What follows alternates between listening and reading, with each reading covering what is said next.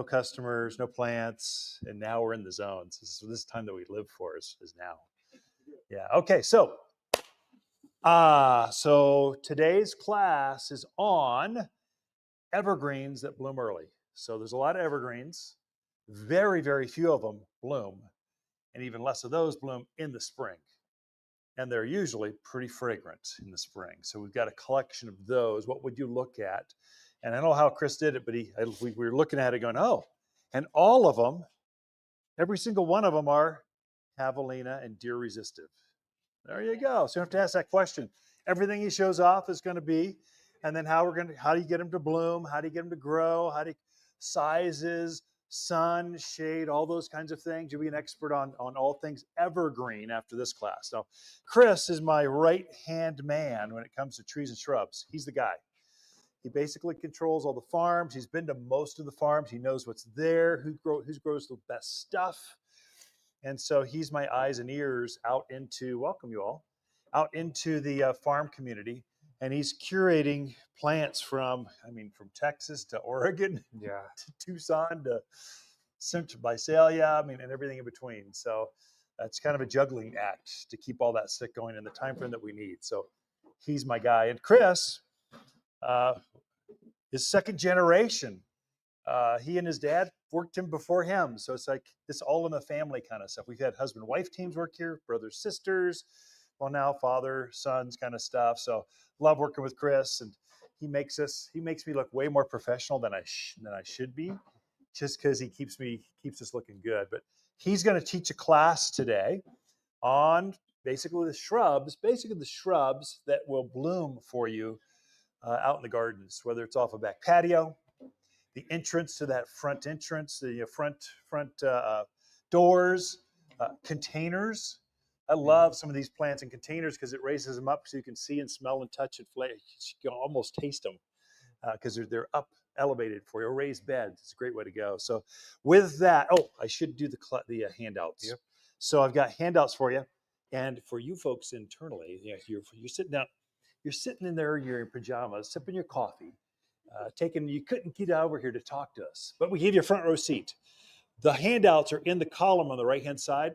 The links are right there. You can download them at your convenience. For the rest of you, I have 3 handouts.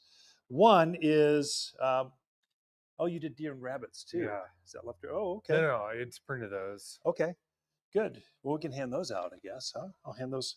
I don't know if you have enough. I'll make sure we get you a digital copy of this too.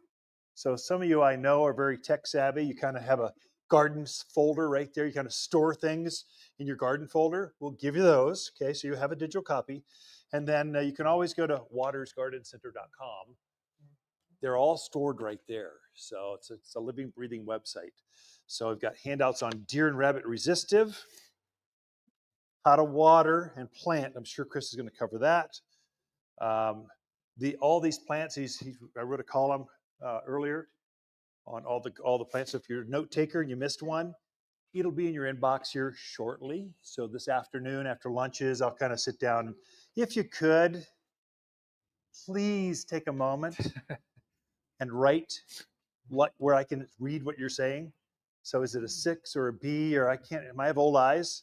I'm trying to type this thing in and interpret what your handwriting. Some of your handwriting is horrible. Just help me a little bit. It goes a long ways. There's the handouts for that. And there was one other, I forgot, how to fertilize or something. So you got to cover fertilizing and bark beetle, scales out. All those things that are eating some of the things. So with that, give it up for Chris Arthur. Hey, guys. Yes, thank you.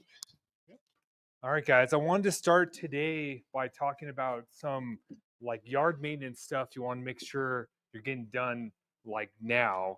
The first thing is you want to tree and shrub drench all your trees. This is a really easy to use systemic that will help protect trees for an entire calendar year from a lot of the beetles that Ken was just talking about, scale, which is coming out right now, and it'll help control aphids and thrip. It's really easy to use. You kind of measure the circumference of your tree trunk and you mix, a couple ounces per the circumference around. You pour it in a bucket of water and pour it around your tree. But it's really important to do now because as stuff starts to leaf out and wake up, all these insects are going to start coming out. So, sorry, it's called tree and shrub drench. Drench. For shrubs as well, ones like Photinia that's really prone to getting aphids would be good to do. You could do it on roses as well. It's something that's kind of a preventative measure that will kind of like protect your plants for a whole year. It'll be like 90% effective of keeping everything off and stuff. But now's the time to do it before all the trees start leafing out, because once they start leafing out and the bugs start attacking those new leaves, they'll be all curly and droopy, and they'll look real bad, and you'll be just like fighting the aphids and thrip for the whole year as far as like spraying. And then a few weeks later they'll show up again, you'll keep spraying, so this will kind of prevent having to battle with those bugs. Fruit trees, yeah. But also for fruit trees, um, you want to be spraying them with horticultural oil now. You want to spray this on all your fruit trees before the buds start to open up. This will like suffocate any bugs that are wintering over on your trees, especially scale, which is coming out now. People have been coming in. You see it on pinyon pines a lot. There's been a few people the last couple weeks coming in with their pinyon pines that have scale. It's like a little dark, almost like pencil marks on the branches, or even little white marks. They kind of like go dormant in the wintertime, and then when it warms up, they start crawling around. So if you spray horticultural oil, they'll kind of suffocate them before they wake up, which usually happens in early spring. Horticultural oil. Mm. And another thing that's you guys want to do now is throw down some pre-emergent, and be sure to water it in. This will stop weeds from popping up in your yard. So since we had a lot of rain and snow, but not a lot, but some, like 2 weeks ago, and then we've had some wind and warm weather, all the seeds from those weeds are probably blowing into your yard. And as we get warmer, they're going to start popping up. But this stuff will prevent the seeds from germinating, and it'll help you again, from if you don't do this, weeds will be popping up all season long, and you'll be spraying and picking all year long. So this will be a preventative for the weeds. It covers like 5,000 square feet, so one bag is plenty for most front and backyards. But with stuff, you have to water it in real good. So usually this time of year, we're kind of overcast and rainy, so you can kind of throw it down before rain, and it waters in for you. But since we're already kind of warm, you want to throw this stuff down and be sure to water it in real good. Another thing that's important to do right now is you want to fertilize everything. You want to make sure everything has some fertilizer before the end of March, because everything is starting to wake up. You want to make sure it has nutrients, so when spring hits, it can kind of take off and grow real fast. So fertilizing now is really important. Like I said, you want to do it before the end of March, and this is similar to the pre-emergent. You have to water it in real good. So the irrigation systems usually are just kind of like drippers. Those are probably still turned off. So this would be something you can throw down and water in by hand. But everything needs to get fertilizer before the end of March. And another thing I want to talk about, the deer and javelina, or deer and rabbit resistant plant or sheet went out. I think we can expect a lot of deer this year, because it's been a really, really dry winter. So deer are becoming really desperate for water, for food and stuff. And the last few weeks, people have been coming in every day talking about plants that deer don't normally eat that are starting to get munched on. So that handout has plants that should be resistant. Of course, nothing's 100%, but I think we can expect deer to be in full force this year.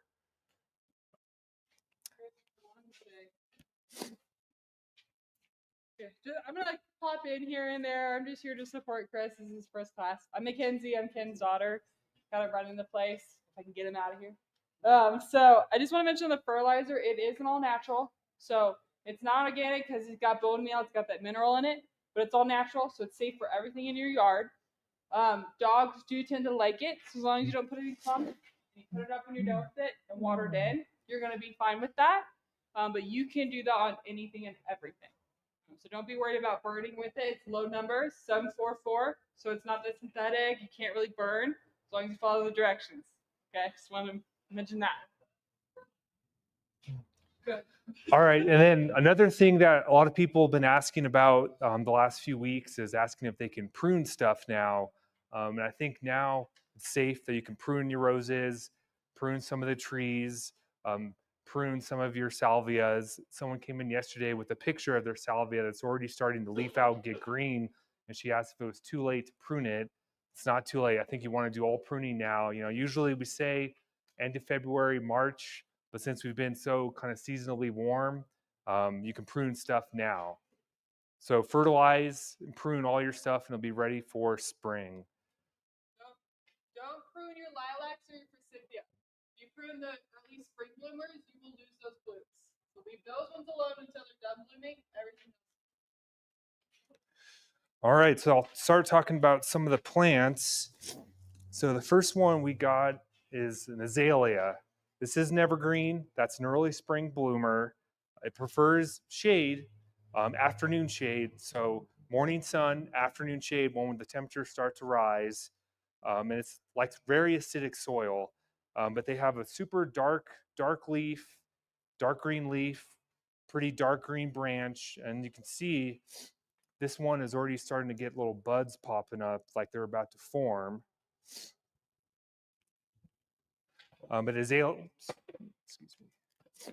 But a really good kind of mid-size evergreen that will get early spring flowers. Likes acidic soil. Let's see, what else do we have? Here's another azalea. This one's a little bit bigger, has red flowers. But you can see it's kind of got like a rustic red, green, dark leaf, and you know the branches are really dark. Super nice plant. I mean, these ones have been taking off. I mean, they came in a few weeks ago and they've put on a lot of new growth already. They come in a lot of different colors: orange, red, white. But it's a really good shade-loving evergreen plant. You know, afternoon shade, but it can handle the morning sun. Azalea. Yeah, these are two different varieties. This one's a little bit smaller, more of like a darker green leaf. This one's a little bit bigger. It's kind of like red, rust, and green in it as well. The blooms will last, I think, a few months. You know, like if it gets shade in the afternoon, they'll last a little bit longer. You know, if these are out in full sun, they struggle to bloom, um, and the leaves get a lot of burn back. So if you have this like in a full sun spot, the buds probably won't open up, and the edges of the leaves will get kind of fried. You know, so I think if you have it in shade, it'll get bloom for a couple months or so. After afternoon shade, you still want some of the morning sun. But it's one of the first things to kind of open up and get flowers.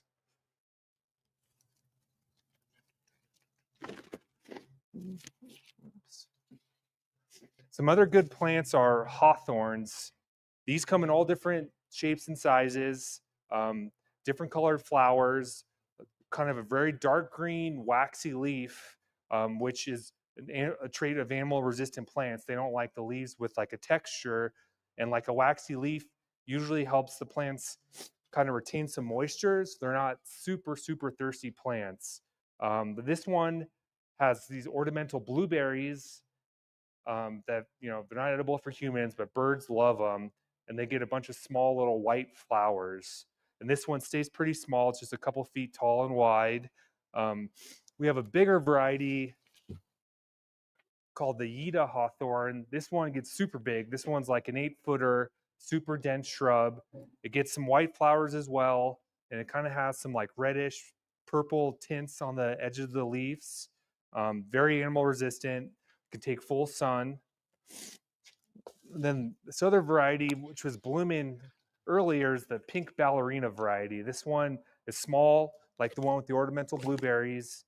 It gets a bunch of little pink flowers. It's only a couple feet tall and wide. Again, animal resistant. You know, you get colors with the new growth coming out, a little purple and red, and then dark green leaves. And a couple of them were blooming just the other day with tiny little pink flowers. So these are very early bloomers. Yeah. Yeah, they all can get blueberry, or I think these two get ornamental blueberries. The big one, not so much. I'm not sure why this one is more blueberry forward than this one, but they both can get ornamentals.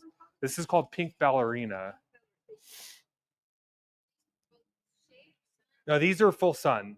So the azaleas need the afternoon shade, or they'll get kind of burned back and fried. The hawthorns can do full sun.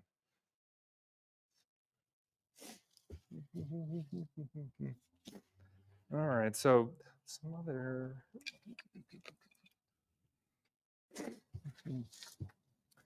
Another early spring bloomer is rosemary. These guys get little kind of blue, purple flowers. There's a bunch of different varieties. There's some like ground cover weeping ones, some upright ones, some big bushy ones.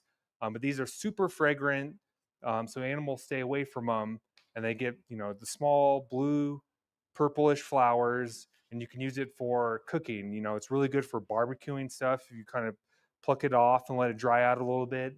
But it's like a culinary herb, and animals don't like the herbs because of the fragrance. But so we had some that had some little blue flowers on them. They're a little bit bigger ones. We have some smaller ones, but these will be blooming in early spring as well. Yeah, they can survive all year round. So no. So sometimes when they're small, they're easily overwatered because it's like a very drought resistant plant. So if they can survive through like one winter, if you kind of baby it and make sure it doesn't get super wet, then they kind of take off and you'll see them in people's yards, like a massive size. Yeah, but I think they're fine. I mean, they're a little bit sensitive to oversaturation. So, if you make sure it doesn't get super wet in the wintertime, they can kind of go on and, it just needs like 1 year to kind of make it through. Well mentioned with the rosemary, there's tons of varieties. You will see boxers and stuff sell almost any variety. Just make sure you're getting the right ones. Some of them do not like the cold if you don't get the right kind that grows here. We only sell waters, the kind that grows. So we sell basically almost three varieties. There's a one that goes over walls, it's kind of a creeper, and there's like two uprights.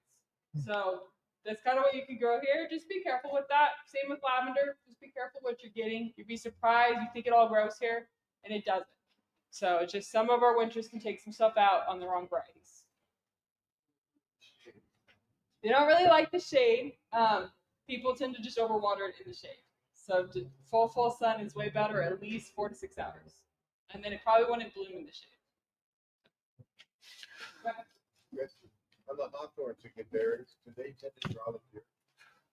I don't know. I don't think so. It's a pretty animal resistant plant. And I think usually birds will kind of get most of the berries before the deer get to it.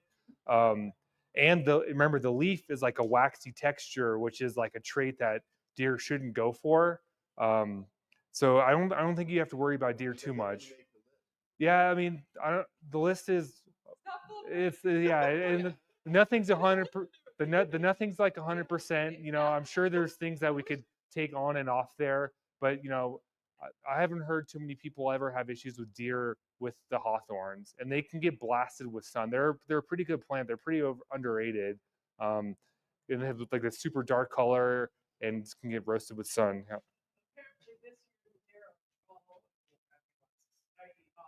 Oh, okay. Yeah, I mean, like I was saying earlier, it's been so dry that I think we can expect deer to be eating stuff they don't normally eat. I've heard people saying that they've been like leaving out water for deer, or they notice their neighbors have, and that's kind of probably making the problem more worse because they're, coming to your neighbor's house to drink up water and then going over to your yard and munching on stuff. So nothing's like 100% foolproof for deer. Fencing is like the best, but they can even jump over 6-foot fences. But I think we can expect deer to eat stuff they don't normally eat this year. Another nice evergreen ground cover is vinca. It's also called periwinkle. This is almost grows like a weed. It's super invasive, but if you have a huge area, you just want to kind of cover up or prevent erosion. This stuff only goes a few inches off the ground and kind of spreads indefinitely. They can do sun or shade, and they bloom sporadically throughout the year. It's a really nice little flower, super green leaf, but it grows like crazy. But if you have like an area that you're huge area you're trying to fill up, this is like a ground cover that will take up a lot of space. It doesn't really get much taller off the ground. It's pretty much on the ground. Yeah, evergreen, evergreen. Yep.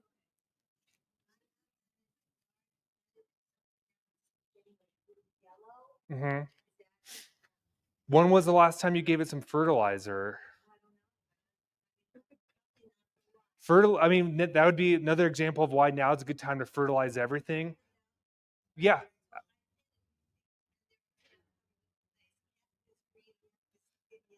yeah, it could be a little bit oversaturation. That one area of the yard is not draining as fast as the other yard, but it could just mean it needs some nutrients too. So, like the fertilizer will bring green back to a lot of evergreens. It's really good at bringing green back to evergreens.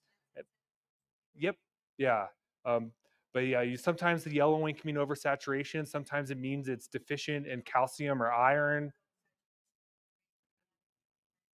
Oh, well, if you have a lot of clay in your soil, water doesn't drain. So if we had the snow and then rain a couple days, like a few days later, the ground was still pretty wet, But I would fertilize first and wait to see what happens when we get closer to warmer spring temperatures. I bet a lot of the green will come back.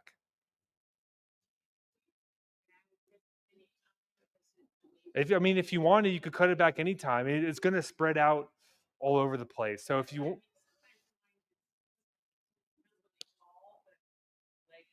yeah, yeah, yeah, feel free to prune it anytime. It's an evergreen, and it can kind of take any growing condition, so you can prune it whenever. Especially if you get really long strands that are looking kind of funky, just prune them off. Okay, what else? Another ground cover that will give you some early spring flowers is manzanita. It's also called Massachusetts kinnikinick. This is a very drought tolerant plant. It has the super red bark on the branches, a dark green kind of waxy leaf, and they get tons of little pink flowers.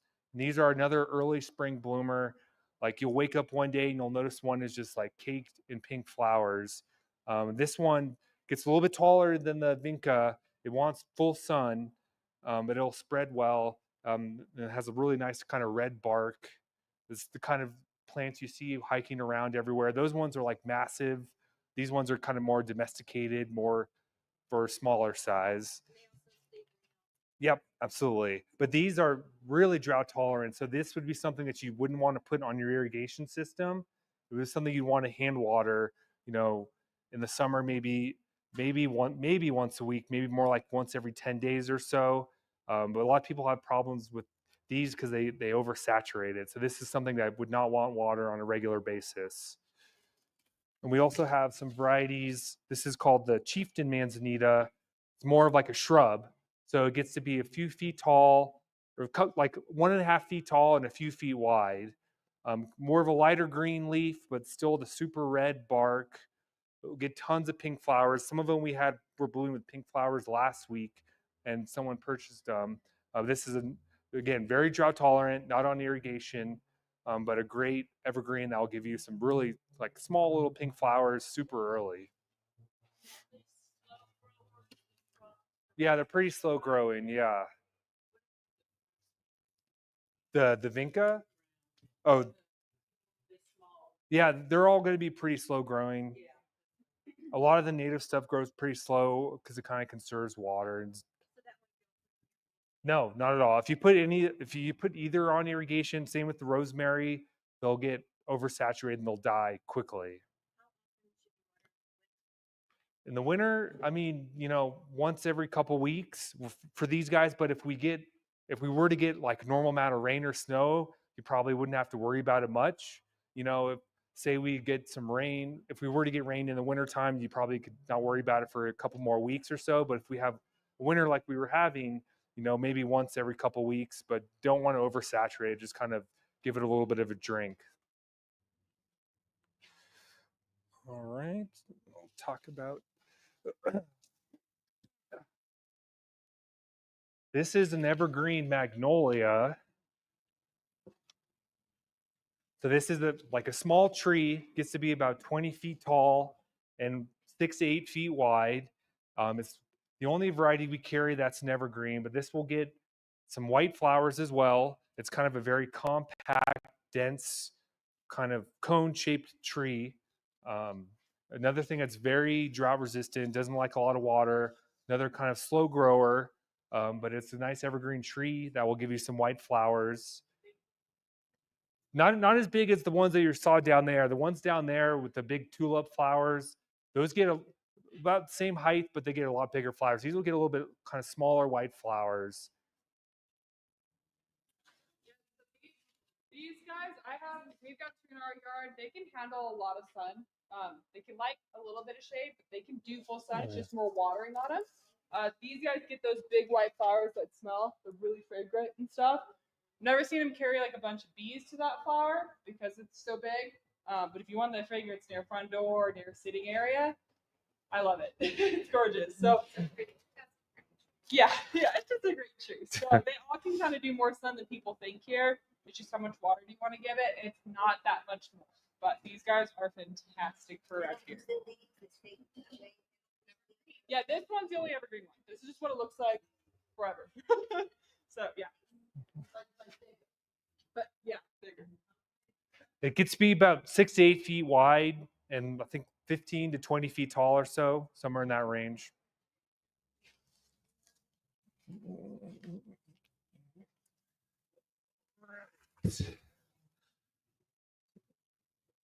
So another pretty tall evergreen are camellias. These are really nice. We have a few different colors, and they're kind of like rotational bloomers. It's kind of funny. We get them in every year around like November, and one color will bloom first for a couple weeks, then the next color will bloom for a couple weeks. We get them in white, pink, and red.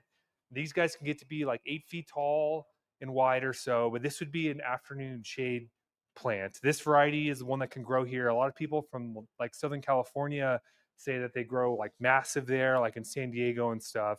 These ones would need a little bit of shade in the afternoon. They can be a super dense kind of hedge like, but they do need some shade. They have real big, pretty flowers.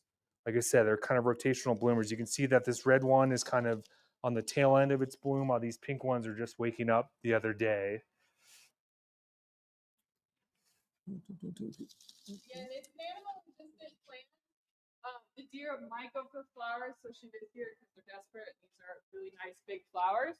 But this isn't a plant they would normally kind of go for as well.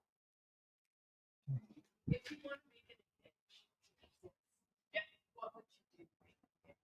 I mean, do you have to so repeat the question. Yeah, so the question was, how would you, if you want to make it a hedge, how would you make it a hedge? So I think you'd want, I mean, depending on the height you want, you can kind of let it grow up to the height and then kind of top it off a little bit and let it get denser kind of down below. It'll fill in, yeah. But they get to be about 8 feet tall. So, if you want it to be like a 6 foot or 5 foot hedge, kind of let it grow up a little bit and then kind of top it off and let it get denser and fill out more. Again, you'd probably prune this one when it's done blooming, not before. So maybe late fall. And these guys are kind of since they're in pots, they kind of confine themselves a little bit. Like when you plant them in the ground, they'll fill out and beef up a little bit too. So, they look like tall, almost like skinny, like narrow trees, but when you plant them, they'll kind of beef up and fill out a little bit. Oh, shoot.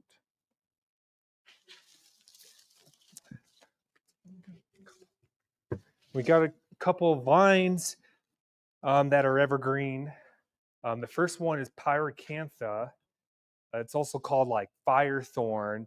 This could be a vine or a super dense hedge. These are, a lot of people don't like these because they have super sharp needles on them. I mean, like they really hurt. Even if you're wearing gloves, they'll poke through them. But these can make a really dense hedge. They're green year round. They get red berries, and they get little flowers as well. The berries kind of can sometimes start orange and kind of turn red. You see these a lot in like a commercial setting in like parking lots or places like that because they're really low maintenance and they're super super tough plants. So if you can get past the thorns, like if it's in an area where you don't plan on walking through or the animals won't be walking through, it's a really good dense evergreen hedge that will have like either berries or small flowers and need like really dark green leaves. So they always have something kind of going on. Um, Very animal resistant because of like the thorns, but I think you see sometimes like animals will live inside the hedge. Like you see rabbits living in them a lot because I think they probably provide a lot of protection from like predators from them, because a coyote is not going to be running through a dense hedge of pyracantha because there's needles on them and stuff. Wrought iron arch inside of our house, terracotta thick, and it just makes a beautiful. Yeah, no, I've seen it. I've seen it along fence lines like that, and in driveways. Is like a topped off hedge, about like 5 feet high, and it looks really nice. And it's always dark green. It's always got berries. It gets little flowers. It's just a very underrated plant. People are scared of it because it's going to cut you, even if you're wearing gloves. But it's a very nice evergreen hedge. Go ahead. I would say it's pretty drought tolerant, but I think you'd still want to give it some consistent water in the summertime, probably like twice a week or so. It's not like the manzanitas or the rosemaries where you can overwater really easily. It's like a tough plant, but it still needs water. Yep, evergreen. Yeah, my kid's like 5 years old. It's pretty native. I just kept setting up a small pot or so you just gotta help it through the first year or two, and then it's there. You just kind of seed it. If it went like this, you want to water. Another good vine is this Japanese Hall honeysuckle. This is I think the only variety we carry that's an evergreen. It's technically like a semi-evergreen. So depending on how cold of a winter we have, um, if we have like a mild winter like we did this year, these are kept probably like 95% of their leaves. If we have a colder winter, they'll shed some of the leaves um, down below or kind of on the inside. And you see this as like a vine, like growing up a trellis or along like a chain link fence. But you could also kind of let it grow and it forms a pretty nice kind of uniform hedge that doesn't get to be much taller than a few feet tall and it gets pretty wide, maybe like 5 or 6 feet wide. But this guy gets like yellow and white flowers in early spring that are, or kind of late spring, but that are extremely fragrant. That has like a vanilla flower smell to it. It's so fragrant that if you're like walking down the street, you can smell it in someone's yard if you're like halfway across the street. It's a pretty underrated evergreen, and I think people don't realize how fragrant it really is. And it forms a really good little hedge, and it can be used as a vine. When it gets warm, it kind of takes off like crazy. But in the middle of summer, the flowers kind of get a little fried. So it'll be like an early spring bloomer, but then sometimes they'll bloom again towards the end of summer, like early fall. Full sun, yeah. Sorry, I don't know if this would be full sun. Pyracantha full sun. The camellias would want some afternoon shade. Manzanitas will full sun. Uh huh. No, if it goes as a vine, it will grow. Yeah, it will grow like as you train it. So if you have like a 10-foot fence, chain link fence, and you plant it there, you'll notice like eventually the arms will start attaching itself to the fence, and it will grow to kind of fill it up. So it'll train, like it'll grow as big as you train it if you want it to be more like a vine. And as like a hedge, it kind of doesn't get much wider than 6, 7 feet and a few feet tall. But yeah, it'll get huge as a vine as long as you have the room for it. Yeah. No, no. Uh huh. No, I don't think. No, the periwinkle. It's not as drought resistant as the manzanita. The manzanita, you don't ever want to put it on irrigation. It's going to get oversaturated. It'd be something you just want to water, once every 7 to 10 days in the summertime. Yeah, it's like a native desert plant. I mean, you see it growing all around like the hiking areas and stuff. The periwinkle, it does get overwatered. I think it's often overwatered in these small pots. When it's in the ground, not so much. But it's not going to need as much water as say like the hawthorns or the azaleas. So it's kind of light on water, but it still needs consistent water. So I forgot to touch on these guys. This is a Oregon grape or an Oregon grape holly. This is another evergreen plant that comes in a bunch of different sizes. There's some lower to the ground. This is one of the bigger ones. But these get a bunch of yellow flowers in early spring. They can get little berries as well. And their leaves come out, you can see, as like a red and a purple, like on all the new growth. And then, once the new growth is passed, like a lot of the inner growth is more like a green color. But this has like a very waxy leaf with like a very serrated edge, which makes it very animal resistant. Um, I think we have a couple over there that already have some yellow flowers on them. This one is, excuse me, just about to start flowering. But this could do full sun. Unlike it's like similar to a holly because it has like the similar leaf structure. And most hollies need some shade, but these guys can do full sun, and they kind of have different colors like the reds, purples, dark greens, yellow flowers, berries. Another thing that always has something going on, kind of like the pyracantha. And these don't really have much of a uniform shape. It probably would take some kind of pruning if you wanted to kind of have a uniform shape. But this guy can get pretty big, and we have some that are kind of a low grower.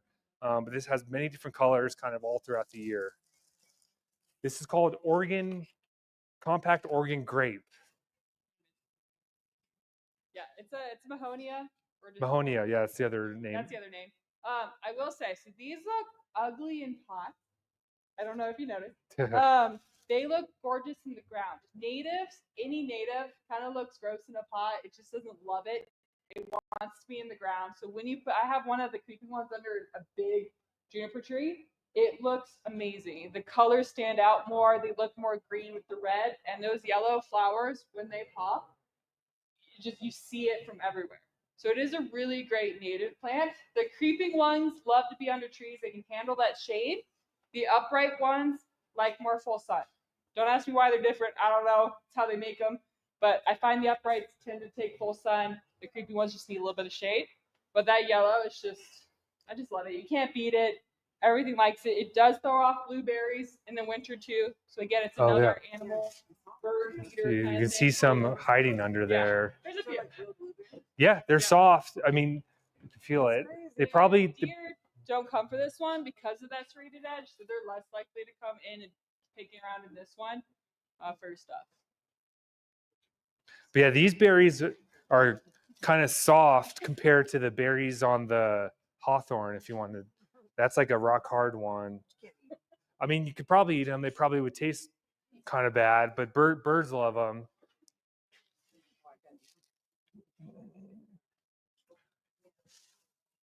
All right.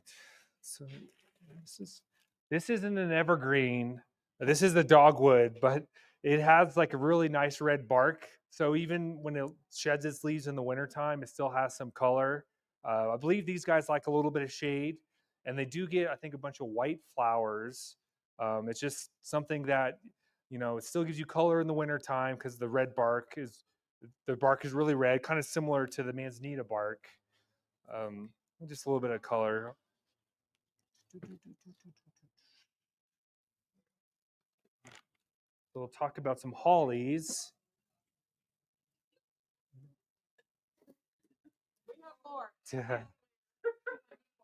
This is a really cool holly. It's a Japanese holly called a gushiki, which stands for 5 colors in Japanese.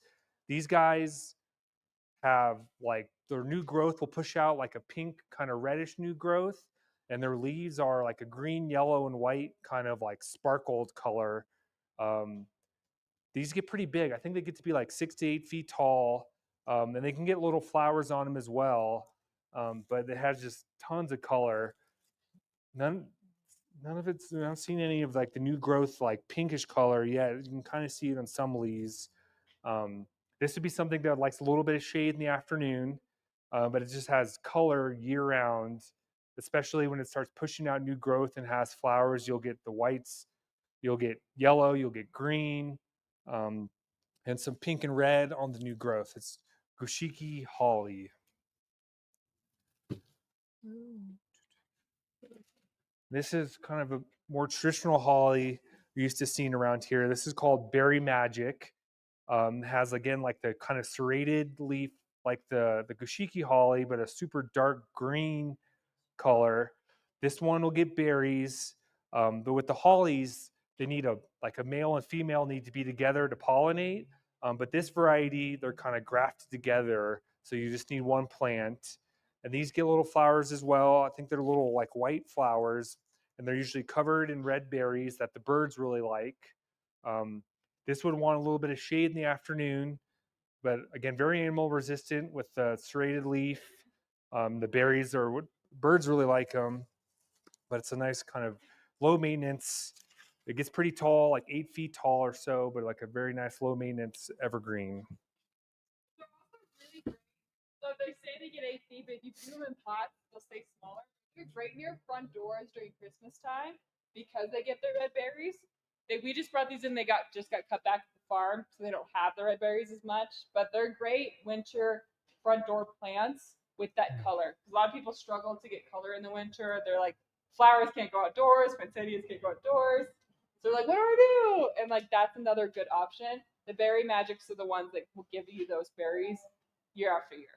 Okay, be careful what hollies you get if you want berries. So this one really quick, why I want to mention it. This only has berries, so this is the red beauty holly. This only has berries because it got a male partner in the farm. So this will not have berries next year unless it has a male next to it, something like that. So we usually only sell the females because we don't want the pollen. I don't want to deal with that, and I want the pretty. So you have to find it out in nature or somewhere else. But that's why you buy the other one. But this one's gorgeous, more conical shape, easy to trim. They're easy to trim in shapes, you guys. So you can make them into Christmas trees or things you want and kind of decorate them from there. But that's this guy. It's 10 by 5. Again, great in pots, but it's the only reason it has berries right now. Before you moved on. So another evergreen called heuchera or coral bells. This is like a very like low to the ground, maybe only about a foot and a half tall, and a couple feet wide. It comes in a bunch of different colors, different color like darker reds, lighter reds, and even some really dark purples. Um, it's just a really small little plant that fits well in a pot, and it gets little kind of pink white flowers that pop up in spring. Very easy to grow. It likes a little bit of shade in the afternoon. Um, Animals too kind of go for this. I think javelina will kind of go for this. It's not really the most animal resistant, but it's if you have it in a pot, maybe raised somewhere, it works really well. Doesn't get too big. It's just the real thing is the color of the leaves is really nice, really dark reds, light reds, purples. It's just small, easy, really low maintenance plant. This is a stonecropper sedum. This is called winter fire. This is another evergreen that kind of changes color throughout the seasons. It gets like as it gets colder in the wintertime, it gets more of this kind of red color, and then it kind of gets green back a little bit in the spring. This is a very low maintenance plant as well. Doesn't get too big. I think it's only about 6 inches tall and a foot wide, kind of like a spreader. Grows kind of funky, but it has different colors in the leaves. It kind of changes as the temperature changes, which is kind of cool to see plants kind of change color as the temperatures change. No, I probably wouldn't put it on irrigation. I think they're kind of easy to overwater. They're not going to be as drought tolerant as like the manzanitas. But it's something that I think if it were getting water like 3 times a week or something in the summer, it probably wouldn't be too happy. And sometimes it kind of like some of the branches like break and fall off and die when it gets too much water. So like say you had it up pretty full, but it was getting oversaturated, it would just kind of slowly break off and fall apart and slowly kind of disintegrate. Probably, yeah. I mean, depending on where you put it, if it's in a pot in the summer, it might dry out a little bit faster. In the ground, it probably would be fine. You know, I kind of think it kind of depends on where you have it. Sure. Again, sorry. One other thing with this. So be careful what you grab in terms of sedum, succulents, and stuff. A lot of people from California brought all their plants, put them outside for the winter, and they lost almost all of them.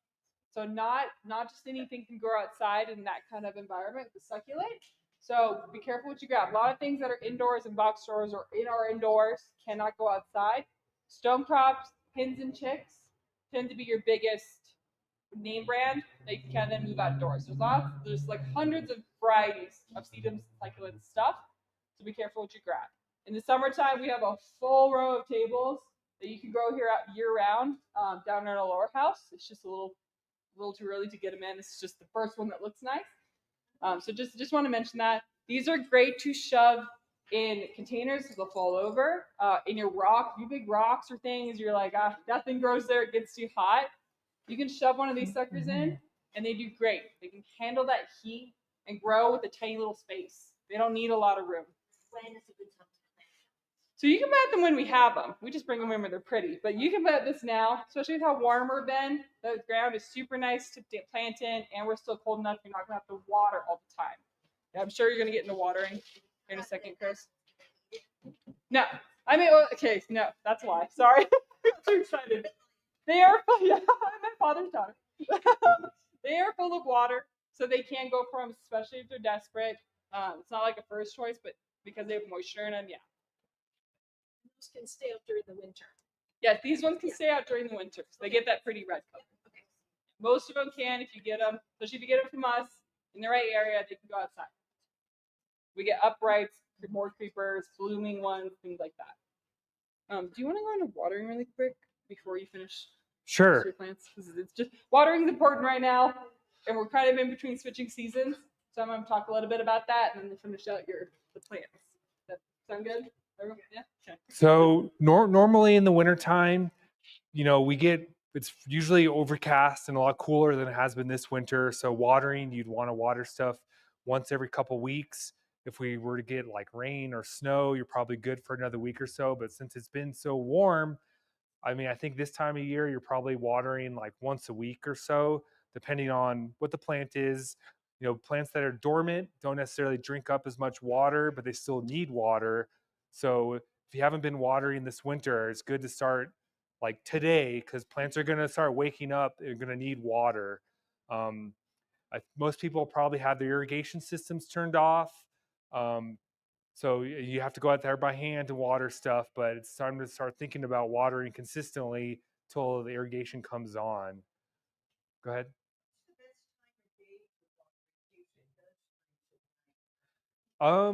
You can water anytime. I mean, if we're expecting like a super cold night, it's good to water before then because the water actually kind of helps the roots kind of stay not warm, but it kind of protects them from freezing, you know? So, you know, if you haven't watered, say, in like 5 days and it's going to be below freezing, you know, you could go out and give everything some water.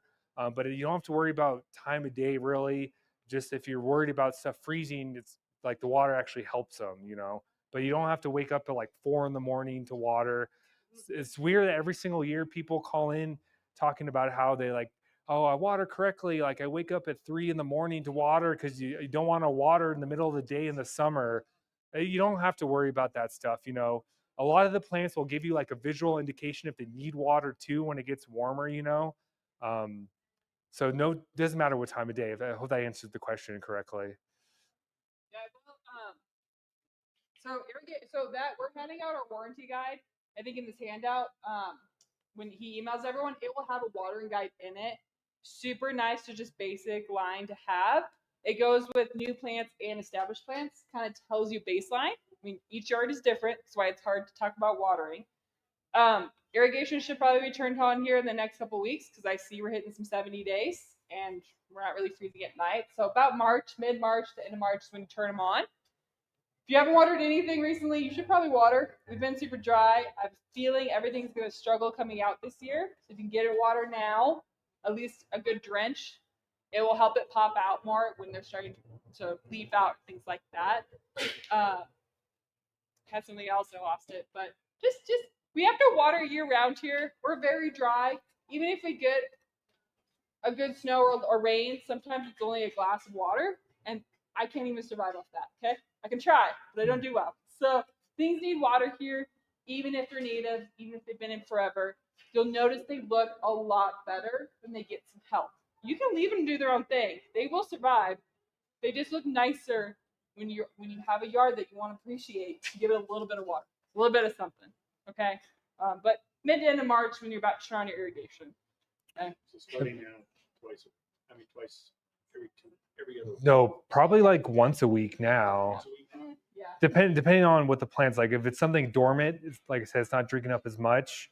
But another thing to remember is, some of these that are going to bloom in early spring, if they have flowers, they need a little bit more water. So if you have that azalea, if it starts to open up and it's flowering, but we're still having pretty cool days, you might want to. This might need water like a day or two ahead of all the other stuff that was getting once a week. When they have flowers, they need a little bit. They're taking up more water and using a bit more energy. Let me remember what I was gonna say. The only time I would not water, so you water almost a lot here, is kind of right at night.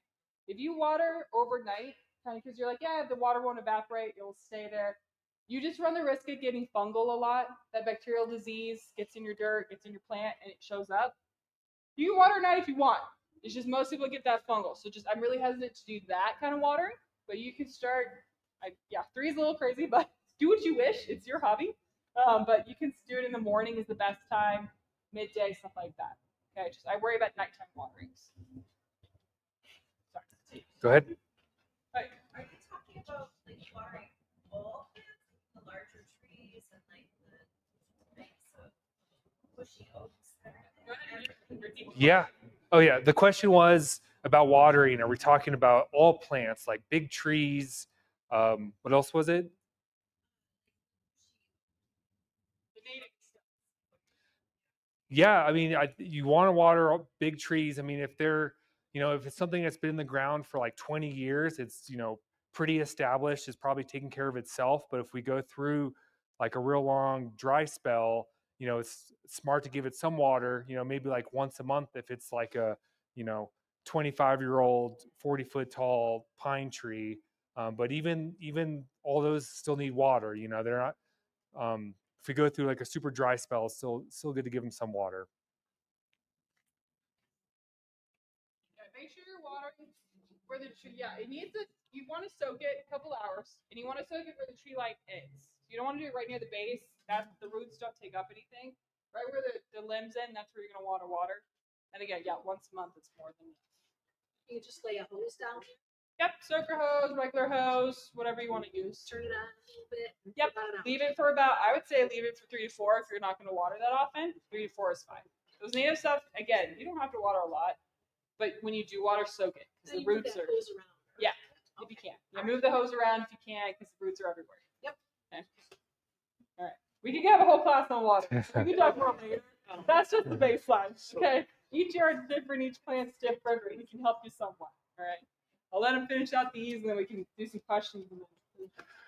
So another cool evergreen plant is these rainbow euphorbias.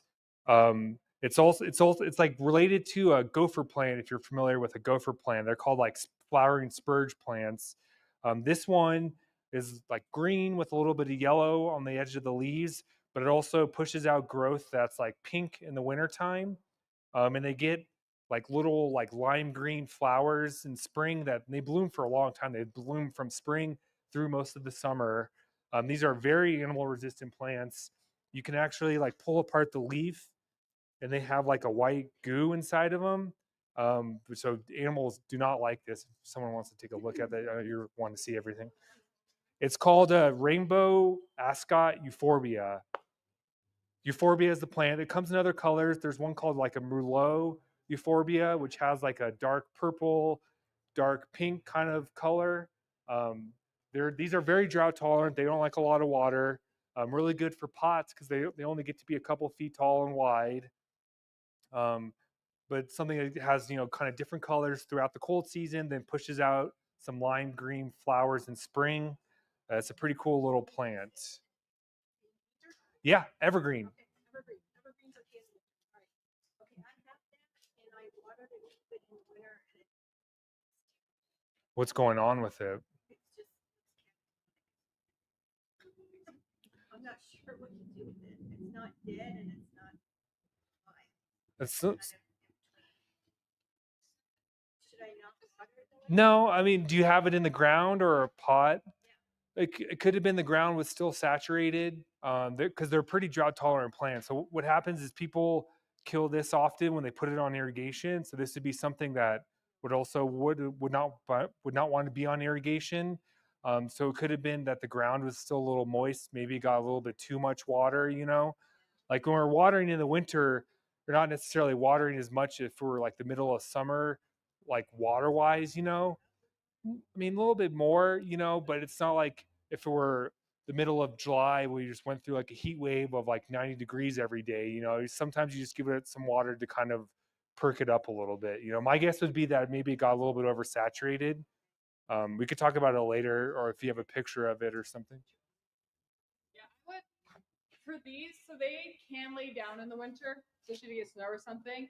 Just cut it back a little bit, fertilize it, and you'll notice this thing doubles in size over the year. Like it will get full grown this year. So if you kind of cut it a little bit, as soon as we get warmer, it will flush new growth. But I definitely fertilize it. So, but the other winter, we were dry, but a lot of people still managed to overwater everything. How large are they? They get to be a few feet tall, maybe 2.5, 3 feet tall, and kind of equal width or so. And their flowers kind of shoot out little stalks, but it's still pretty dense. It's or not dense, but it's pretty compact in size. It doesn't really push out super long arms while the rest of the plant stays its size. Another really good evergreen that likes a little bit of afternoon. Oh yeah, this was a full sun thing too. I don't know if I mentioned that. Full sun for the euphorbia. Rhododendras, these do great here. They're evergreen, but they're another thing that likes some shade in the afternoon. They need, or at least some like filtered sun. These are kind of like cousins of the azaleas, but they have kind of like a bigger leaf, and their flowers are more of like a bell-shaped flower, while the azaleas have more of like a trumpet flower. These come in different colors, different sizes. Some are only a couple feet tall and wide, so they're good for containers. Some can get as tall as 6 feet tall and wide, but they do need some shade in the afternoon. In the summer, they'll get burned back if they get too much sun, or the flowers. The flowers are kind of spring flowers, so they're not going to be trying to open up in summer, but different shapes and sizes, different colors.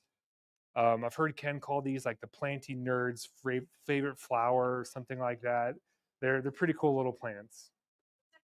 It's called a rhododendra. And I think with the azaleas and the rhododendras, we have like 4 or 5 different varieties of each in the lower greenhouse. This one's kind of a smaller one. I think it only gets to be a couple feet tall and wide. This is a bigger one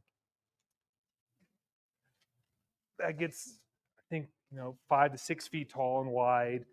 This one kind of has a pink flower, or that one has kind of like a buttery colored flower. But they have a bunch of different colored flowers. The really big, kind of waxy evergreen leaf that animals shouldn't go after, but a little bit of afternoon shade in the summertime. These like the azaleas, like really acidic soil. So the soil here is naturally alkaline. So sometimes for these, you got to add some sulfur to kind of raise the acidity in the soil. Rhododendra. Yeah, this particular variety is called Roseum Pink.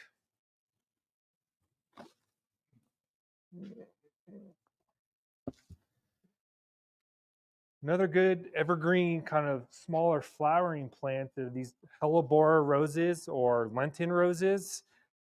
These open up their flowers kind of in November and December, and they'll bloom through early spring. Then when it gets kind of hot, the flowers kind of fizzle out, but their leaves are evergreen. And their leaves get really, really big, almost like the size of your hand. A super dark green, like a little bit of a waxy kind of serrated leaf as well, which makes them a little bit animal resistant. These would like shade in the afternoon for sure.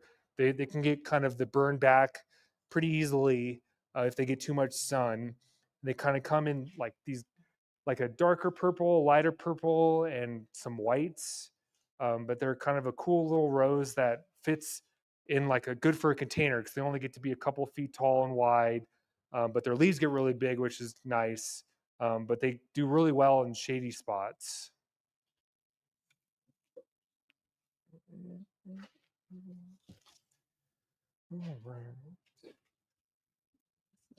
Some other evergreens. There's a cotoneaster. This comes in a bunch of different shapes and sizes, from ground cover to kind of like a couple feet tall and wide to this guy, which gets to be about 6 feet tall, 8 feet tall. But this one's really nice because it's could get as tall as like a hedge. So it's really good for like a Photinia replacement because it's a lot drought tolerant. It doesn't get many diseases like Photinia, which is prone to fungus and aphids, And these guys get berries and little flowers. These are a very drought tolerant plant as well. Um, Sometimes people can overwater them if it's on irrigation. It might be something that would be easier to hand water or, only water a couple times a week in the summer. But this one can get super fast growing, get super big, super dense, kind of an alternative to some of the other evergreen hedges.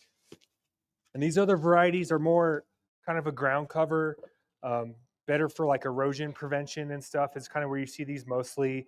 These get super dense, kind of like the pyracantha, where a lot of people don't like them because they get super dense. But if you have a spot where it can kind of grow, you can like leave it there. They do really well. It's another animal resistant plant, berries, flowers. They kind of have like a dark reddish branch to them, but pretty easy to grow. These ones are like if you go to the mall, our mall, these are growing on the hillside and they rarely take care of them. So they are super resistant and they love hills, full sun. That's these two. Okay. Real red berries. This guy gets red berries too. The big guy is called a cluster berry as well. So it's more clusters of it. So it looks really cool in the winter when you get all those clusters on it as it gets bigger. You see winter color. So just really wanted to reiterate how hard these things are. The mall, they don't take care of it. So they can grow there.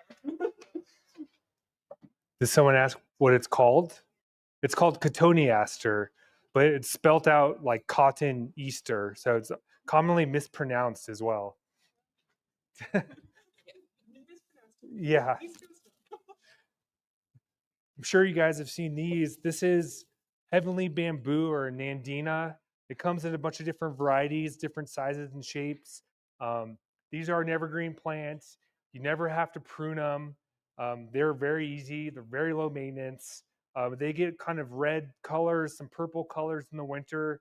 Then as it kind of warms up, they get back to green. But a lot of the new growth comes out with some red and purples. Animals don't mess with these. You don't have to prune these. You can grow these in the ground or a pot.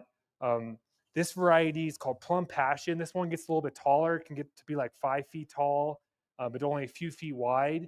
You commonly see these kind of pruned at the bottom more, so it kind of looks like a small little miniature tree, while a lot of the other varieties are more of like a compact shrub, like 3 or 4 feet tall and wide. But again, these you never have to prune these. They're very low maintenance and they have color year round, and animals don't really mess with them. Irrigation okay for that? Yeah, irrigation's fine for these. These can do full sun. They also can grow in shade, but if they're in shade, they don't really get as much of like the red and purple color. So this would be something you could put out in the middle of the yard and get blasted with sun. Then in the wintertime, when everything else is kind of looking cruddy, kind of the reds really pop and stuff. Nandina or heavenly bamboo or Nandina. There's a bit different varieties though. This is like the plum passion variety. I think this is, what is this one? This Tuscan flame variety. But the plant's called a Nandina or heavenly bamboo. And then we got some heath or heather. This is another super early bloomer. These guys bloom kind of end of December, January. These are perfect for pots. They're one of the first things to bloom. And bees kind of go crazy for them because they are covered with pollen and nectar in the flowers. It's also called Mediterranean carpet. They come in white. They come in kind of like this pinkish color. They're kind of made for little pots because they don't really get much bigger height-wise. They'll kind of fill out a little bit more. but you commonly see these in people's yards, like in front of their house, like in pots in front of the front door. Um, and then once it gets to summer, the flowers kind of fizzle out, but the leaves stay green. It kind of almost has like a ferny kind of look to them. Very easy to take care of. They do kind of take a lot of water. Um, so because they have a lot of flowers, like when the winter we're not watering as much, but stuff like this that's kind of caked in flowers needs a good amount of water.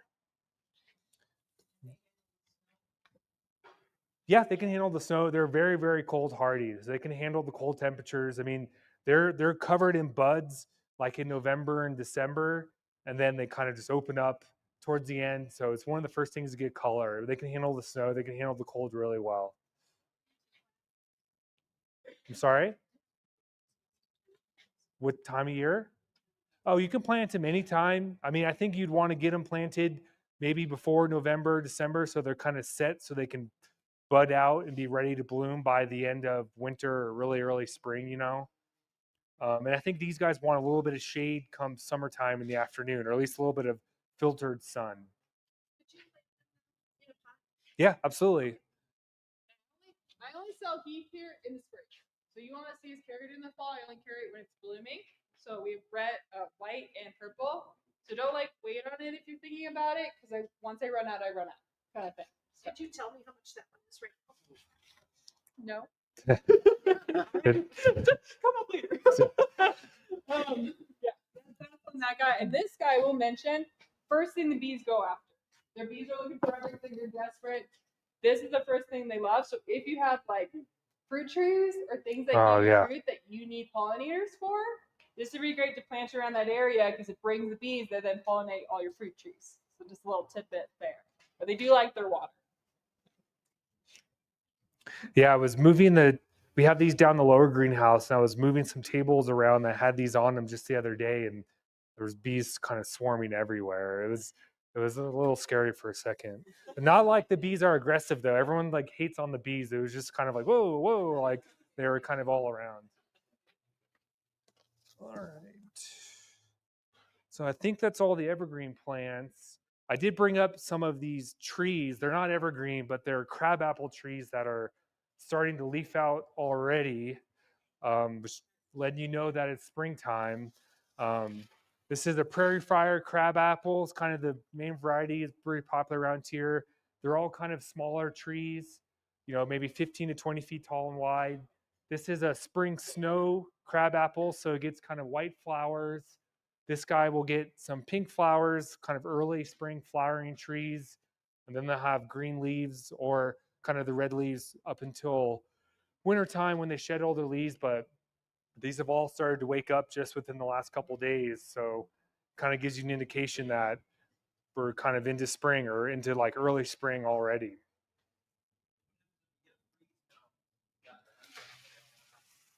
No, I mean, I think with these, what you want to worry about is kind of if there's flower buds on them, those can get frostbitten. If we get a freeze, it might shed some of the leaves, but it'll push all that growth back once we get kind of to spring temperatures. They're all early bloomers, so they're kind of used to the cold. If we have a super, super hard freeze like in May, it might kind of shed a lot of the leaves and be a little bit stunted for that year. But they can handle the cold all right. It's just the flower buds. Sometimes the flowers get kind of frostbitten a little bit. Mostly we have to worry about freezing tree flowers. So our peaches, our apricots have already started blooming because they're the first things to bloom. So if we get a harsh freeze, that's 28 below, I would cover them. But these guys love the cold. They can handle that little bit colder temp and keep their flowers. They're not going to bloom here for another couple of weeks or so. But yeah, these are more resistant. I have frostbite. It's frost cloth. That's the fabric you use to cover your fruit trees or things. It's a breathable fabric. We do have that down in the store. Yeah, you don't want to use plastic. Just don't use plastic. Everyone, just throw that out there. Plastic will make it colder and it will kill that, freeze them faster. Kind of thing. Yeah.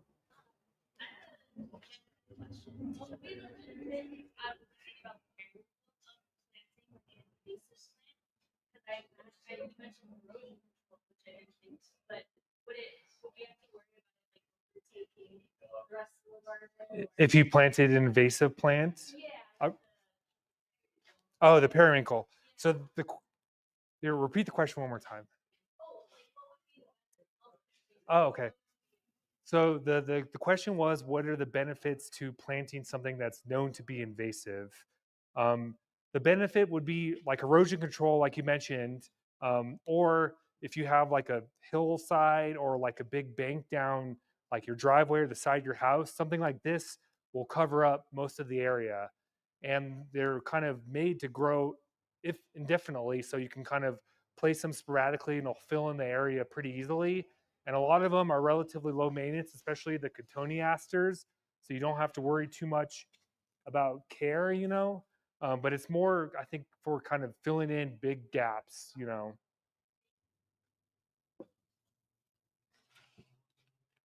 have to be nice to that plant. You can rip it. If it gets too far, you don't want it. Just you manhandle it, or prune it, whatever you want to do. But you can just rip them out, and they will continue to grow. It But will take a lot of water. but you would want to be careful about planting stuff like this around other stuff, because like if this were like in like a, say, like a raised bed where you wanted like other flowers or something, this would definitely choke it out and just take over. So it's more for if you're trying to fill in a huge area with like minimal amount of planting, but you wouldn't want to really mix this too much and other stuff because it'll just take over, unfortunately, because if it were to stay small like this, it'd be perfect to like place in bigger pots and stuff, but eventually it'll take over. So it's more for filling in huge areas in the yard and stuff. Or a big pot, exactly. But remember, it's not going to get much taller than this. So if you had a tall pot, you'd have like, it'd be just covering the top, but then eventually it would drape down. So maybe better for like a big pot that was lower to the ground or something. Yeah, exactly. But if you had something that was like 4 feet tall, it'd look a little strange.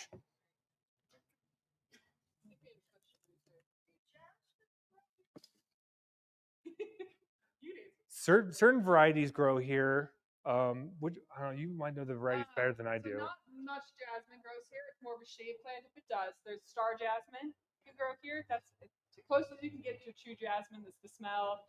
Takes afternoon shade. That traditional jasmine, that's pink little thing, it does not grow here. It's a house plant here, but it smells great. I get that in the summer. And then there's like a yellow blooming jasmine. It's not your true traditional, but it's still jasmine. It's the Carolina, something like that, but it's yellow bloomer. And I get that in the summer, and that can be more full sun. It just doesn't have the smell. So yes, but not much. So back to the beginning of tree and shrub branch. Uh-huh. Is that for all trees or just So the question was, is the tree and shrub drench for all trees or is it just deciduous trees? I would say it's for all trees. One thing I forgot to mention earlier when we were talking about some of the yard maintenance is that we were catching aphids on our pine trees in like December. So something like this would help kind of keep the aphids away. Um, so it would be for all trees. And, it worked for like a calendar year.